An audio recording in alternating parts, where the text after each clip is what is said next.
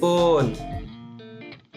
Sebelum kita memulai pembelajaran pada pertemuan kali ini, mari kita sejenak mengarahkan hati untuk berdoa agar segala ilmu yang kita pelajari membawa manfaat dan keberkahan.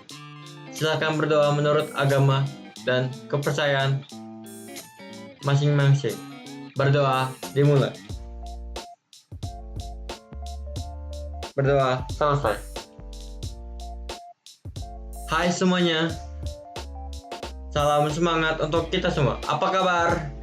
Semoga hari ini kita dalam keadaan sehat dan siap untuk menerima ilmu dengan antusias. Sebelum kita lebih jauh, izinkan saya memperkenalkan diri. Perkenalkan, nama saya Ferdi Sandra Darmawan dari program studi Pendidikan Teknologi Informasi Angkatan 24, kelas A. Senang bisa bertemu dan belajar bersama kalian. Hari ini kita akan memasuki pertemuan ke-10 dengan topik komponen utama basis data pada mata pelajaran pengantar teknologi informasi. Saya harap teman-teman semangat dan fokus dalam pembelajaran kali ini.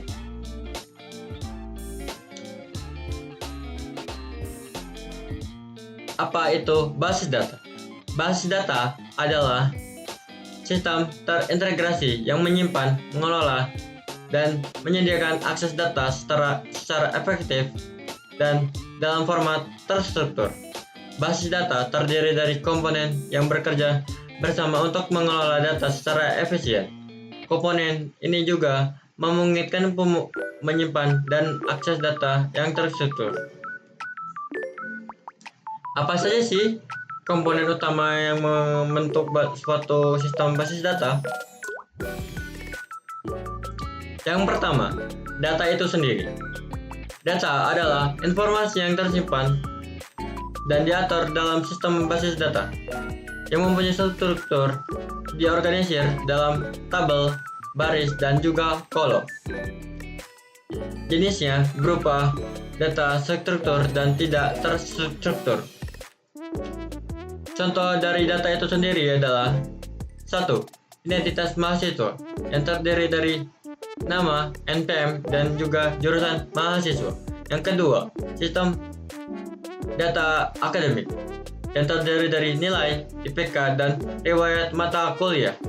Yang ketiga, itu ada data administrasi yang mencakup status pembayaran dan izin cuti mahasiswa. Yang kedua, perangkat keras atau yang dikenal dengan hardware adalah komponen fisik yang mendukung sistem basis data yang terdiri dari server, penyimpanan, dan jaringan yang mempengaruhi kecepatan, kapasitas, dan kendala akses data. Yang terdiri dari server untuk menyimpan dan mengelola data, perangkat jaringan untuk memastikan koneksi dan transmisi data, media penyimpanan itu terdiri dari hard disk atau SSD untuk menyimpan data. Contohnya itu perusahaan e-commerce menggunakan server berkapasitas besar di pusat data yang aman. Sistem penyimpanan redundan menjaga kesediaan data, dan perangkat jaringan mendukung akses antar cabang.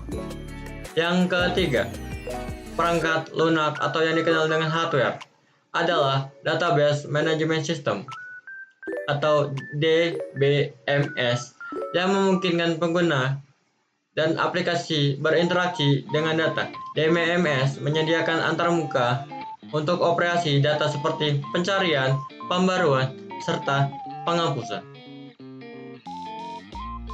Dengan fitur keamanan, backup, pemulihan, dan juga menjaga integritas data.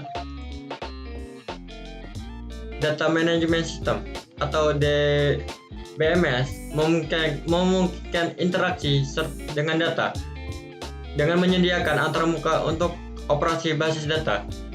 Fiturnya itu ada pencarian, pembaruan, pengaturan sistem, manajemen keamanan, backup, dan pemulihan. dan integritas data untuk menjaga akurasi dan konsistensi data. Contoh dari perangkat lunak itu dalam sistem perbankan DBMS seperti Oracle Database digunakan untuk mengelola data nasabah, transaksi, dan juga riwayat rekening. DBMS ini menyediakan fitur keamanan yang cukup kuat untuk memastikan data nasabah terlindung dari akses yang tidak sah dan memiliki kemampuan pemulihan bencana untuk mencegah kehilangan data yang penting. Yang keempat, pengguna atau user adalah semua pihak yang berinteraksi dengan data dalam sistem basis data, termasuk pengguna akhir, pengembang, aplikasi, dan administrator data. Pengguna akhir itu adalah untuk mengakses data untuk kebutuhan sehari-hari. Pengembang aplikasi membuat antarmuka untuk interaksi data. Administrator basis data itu untuk mengelola dan mengoptimalkan kinerja basis data. Contoh dari pengguna atau user pada sistem pengelolaan rumah sakit. Pengelolaan rumah sakit meliputi tenaga medis yang mengakses rekam medis pasien, bagian administrasi yang mengelola jadwal dan data pasien, serta teknisi IT yang bertugas mengelola pemeliharaan basis data agar sistem dapat berjalan dengan lancar tanpa gangguan. Yang terakhir, produser. 5. Produser adalah aturan untuk mengelola dan mengamankan sistem basis data itu sendiri agar dapat konsisten dan minim resikonya. Produser itu memiliki yang pertama, backup data untuk menyimpan salinan data secara berkala. Yang kedua, pemulihan untuk mengembalikan data jika terjadi kegagalan sistem. Yang ketiga, manajemen akses itu untuk mengatur hak akses pengguna terhadap data. Contoh dari produser itu di dalam sistem informasi akuntansi perusahaan. Produser mencakup aturan percadangan data transaksi harian dan langkah-langkah pemulihan data apabila terjadi kegagalan sistem. Terdapat juga produser keamanan yang mengatur hak akses karyawan terhadap data tertentu, sehingga hanya bagian keuangan yang bisa mengatur data keuangan perusahaan itu sendiri. Kesimpulan dari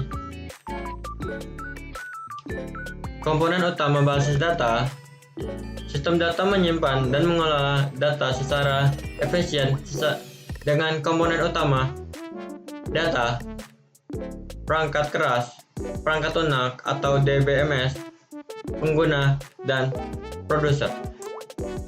Setiap komponen berperan dalam menyusun, mengamankan, dan menyediakan akses data secara terstruktur dan andal bagi pengguna.